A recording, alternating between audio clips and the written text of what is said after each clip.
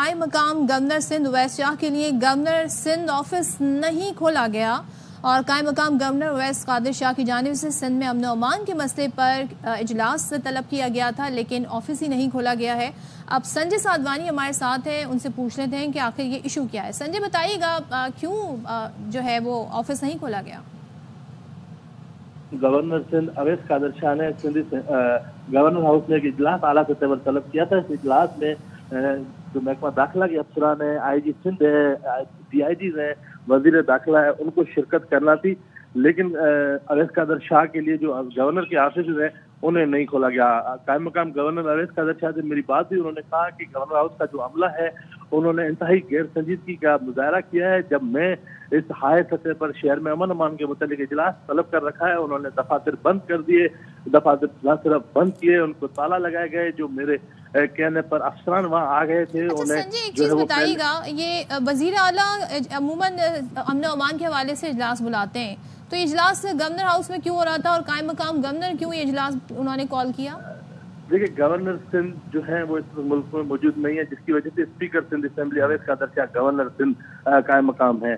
تو انہوں نے امن امان کے متعلق ایک اجلاس طلب کیا۔ ان کا تعلق سکھر سے ہے، کٹے کے علاقے میں، اس کے ساتھ ساتھ کراچی میں جو امن امان کی خراب صورتحال ہے اس متعلق وزیر داخلہ ضیاء الفضل نجار، آئی جی سندھ سمیت دیگر حکام کو اس اجلاس میں شریک ہونا تھا۔ گورنر ہاؤس میں یہ اعلیٰ سطح پر اجلاس طلب کیا گیا اور ان سے بریفنگ لینے کا مقصد قانونی طور پر گورنر جو ہے وہ اجلاس بلا سکتے ہیں؟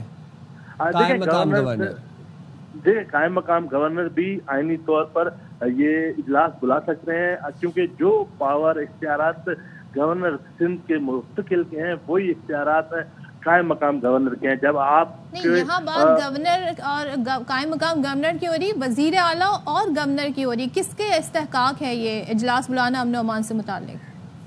دونوں کا استحقاق ہے۔ وزیر اعلیٰ سندھ بھی امن امان کے متعلق اجلاس بلا سکتے ہیں، قائم مقام گورنر بھی امن امان کے متعلق اجلاس بلا سکتے ہیں، گورنر سندھ بھی امن امان کے متعلق اجلاس بلا سکتے ہیں۔ اگر ایسے ہو تو اس سے پہلے کئی دفعہ گورنر ہاؤس میں اعلیٰ سطح پر اجلاس ہوئے ہیں، کئی دفعہ آئی جیز ڈی آئی جیز گورنر سے ملنے گئی ہیں۔ وزیر اعلیٰ جو ہیں گورنر کے پاس تو یہ اختیار بھی ہوتے ہیں کہ وزیر اعلیٰ بھی ان کے پاس ملنے آتے ہیں۔ آئینی طور پر جو گورنر کا عہدہ ہے وہ وزیر اعلیٰ سے اختیارات وزیر اعلیٰ کے پاس زیادہ ہو سکتے ہیں، لیکن آئینی عہدے کی حیثیت سے گورنر سندھ کا عہدہ جو ہے وہ بڑا ہے، اور اسی طرح جو آئینی عہدہ گورنر سندھ کا بڑا ہے تو قائم مقام گورنر کے پاس بھی وہی اختیارات ہیں جو ایک مستقل۔ ٹھیک ہے سنجے سادھوانی، بہت شکریہ، آپ ہمیں اپڈیٹ کر رہے تھے اس اجلاس کے حوالے سے۔